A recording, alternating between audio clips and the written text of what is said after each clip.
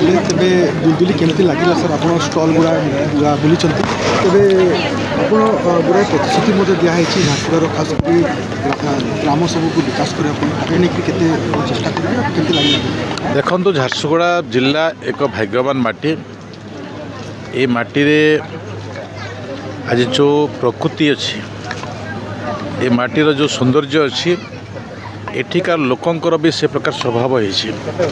ଆଜି ଦୁଲଦୁଲିର ଉଦ୍ଘାଟନୀ ଉତ୍ସବ, ଏ ଉଦ୍ଘାଟନୀ ଉତ୍ସବରେ ମାନ୍ୟବର ରାଜସ୍ୱ ବିପର୍ଯ୍ୟୟ ମନ୍ତ୍ରୀ ଉପସ୍ଥିତ ଥିଲେ, ସାଂସଦ ଉପସ୍ଥିତ ଥିଲେ ଏବଂ ଝାରସୁଗୁଡ଼ାର ବିଧାୟକ ଉପସ୍ଥିତ ଥିଲେ, କଲେକ୍ଟର ସମସ୍ତଙ୍କର ଉପସ୍ଥିତିରେ ଯାହା ମୁଁ ଶୁଣିବା ଯାହା ବିଷୟ ଥିଲା, ନିଶ୍ଚିତ ଭାବରେ ଏ ଜିଲ୍ଲା ଆଗାମୀ ଦିନରେ ରାଜ୍ୟର ଏକ ଶୀର୍ଷ ଜିଲ୍ଲା ହୋଇପାରିବ।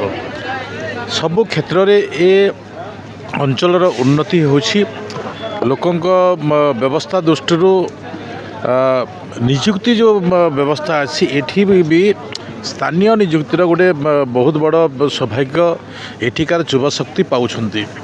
ତା ସହିତ ଅଛି ଏଠିକାର ସଂସ୍କୃତିକୁ ବଞ୍ଚାଇବା ପାଇଁ ଦେଶର ଯଶସ୍ୱୀ ପ୍ରଧାନମନ୍ତ୍ରୀ, ଓଡ଼ିଶାର ମୁଖ୍ୟମନ୍ତ୍ରୀ ଯେଉଁ ପ୍ରକାର ସୌଭାଗ୍ୟ ତିଆରି କରିଛନ୍ତି, ଏଠିକାର ଝାଡ଼େଶ୍ୱର ବାବା ଠାରୁ ଆରମ୍ଭ କରି କୋଇଲି ଘୋଗର ପର୍ଯ୍ୟନ୍ତ ଯେଉଁ ପ୍ରକାର ବିକାଶର ଉନ୍ନତିର ଶୀର୍ଷ ସ୍ଥାନରେ ପହଞ୍ଚିଛି, ନିଶ୍ଚିତ ଭାବରେ ଆଗାମୀ ଦିନରେ ଏଠିକାର ଐତିହ୍ୟ, ଏଠିକାର ପରମ୍ପରା ନିଶ୍ଚିତ ଭାବରେ ବଞ୍ଚି ରହିବା ସଙ୍ଗେ ସଙ୍ଗେ ଏଠି ପଲ୍ଲିଶ୍ରୀ ମେଲା, ଯେଉଁ ପଲ୍ଲିଶ୍ରୀ ମେଲା ଆଜି ଆତ୍ମନିର୍ଭର ମେଲା ଭାବରେ ଏବଂ ସ୍ୱଦେଶୀ ମେଲା ଭାବରେ ପ୍ରତିପାଦିତ ହୋଇଛି। ପଲ୍ଲିଶ୍ରୀ ମେଲା କେବଳ ଖାଇବାର ପିଇବାର ନୁହେଁ, ଏଠିକାର ଉତ୍ପାଦିତ ଦ୍ରବ୍ୟ, ଓଡ଼ିଶାର ଉତ୍ପାଦିତ ଦ୍ରବ୍ୟ ଆତ୍ମନିର୍ଭର ହେବାର ବିଷୟକୁ ଉଲ୍ଲେଖ କରି ଏ ପଲ୍ଲିଶ୍ରୀ ମେଳା ଅତି ସୁନ୍ଦର ହେଇଛି। ମୁଁ ବି ଅନେକ ଜିନିଷ ଦେଖିଲେ, ଆମେ ବୁଲିବା ଭିତରେ ନିଶ୍ଚିତ ଭାବରେ ଆମେ ଆଗାମୀ ଦିନରେ ଜଣେ ଜଣେ ଏଣ୍ଟରପ୍ରିନିୟର ହେବା କଥା, ଉଦ୍ୟୋଗୀ ହେବା କଥା। ଆମର ଯାହା ଆମର ଅଞ୍ଚଳରେ ଅଛି ସେ ବିଷୟକୁ ନେଇ ଆମେ ଆଗକୁ ବଢ଼ିପାରିଲେ ଦେଶ ଆଗକୁ ବଢ଼ିପାରିବ। ସେ ଦୃଷ୍ଟିରୁ ଏ ପ୍ରକାର ଭାବନା ରଖି ଆଗକୁ ଆମେ ନିର୍ଣ୍ଣୟ ନେବାର ଆବଶ୍ୟକ ମନେ ପଡ଼ୁଛି। ଆଲୋଚନା ହେଉଥିଲା କିପରି ଭାବରେ ପ୍ରଦୂଷଣ କରାଯାଇପାରିବ, ଗୋଟେ ନିର୍ଦ୍ଦେଶାବଳୀ ମଧ୍ୟ ସରକାର ତରଫରୁ କରାଯାଇଛି।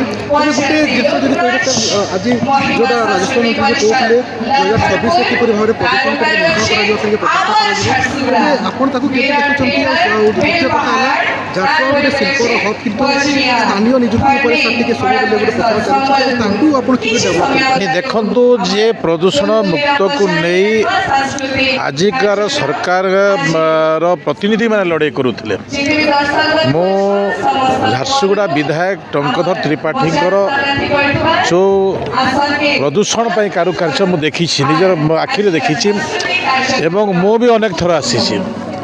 ଆଜି ଯେଉଁ ପ୍ରକାର ପ୍ରଦୂଷଣ ମୁକ୍ତ ସହର ଭାବରେ ପ୍ରତିଷ୍ଠିତ ହେଇଛି, ଏତେ ଇଣ୍ଡଷ୍ଟ୍ରି ଥିବା ସତ୍ତ୍ୱେ, ଏଠିକାର ଏତେ ଖଣିଜ ପଦାର୍ଥ ଥିବା ସତ୍ତ୍ୱେ ପ୍ରଦୂଷଣ ନାହିଁ, ଏ ପ୍ରକାର ମାନ୍ୟତା ଏସି ଆମକୁ ଦେଇଛନ୍ତି।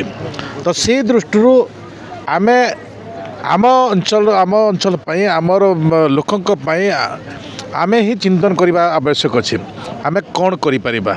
ଏଠିକାର ଯେଉଁ ପ୍ରଶାସନିକ ଅଧିକାରୀଙ୍କର ବିଷୟକୁ ଆଧାର କରି ଏବଂ ସରକାରଙ୍କ ନିର୍ଦ୍ଦେଶକୁ ଆଧାର କରି ସେ ଉଲ୍ଲେଖ କରୁଥିଲେ ଯେ ଏଠିକାର ନିଯୁକ୍ତି ପ୍ରକ୍ରିୟାକୁ ବି ସ୍ଥାନୀୟ ନିଯୁକ୍ତି ଭାବରେ ଏପରି ପ୍ରୋତ୍ସାହନ ଅଛି, ଏପରି ବ୍ୟବସ୍ଥା ଅଛି ଯେ ଅନ୍ୟ ଜିଲ୍ଲାରେ କ'ଣ ହେଉଛି ନ ହେଉଛି, ଏଠିକାର ଯୁବା ଆଜି ସ୍ଥାନୀୟ ନିଯୁକ୍ତି ପାଇପାରୁଛି।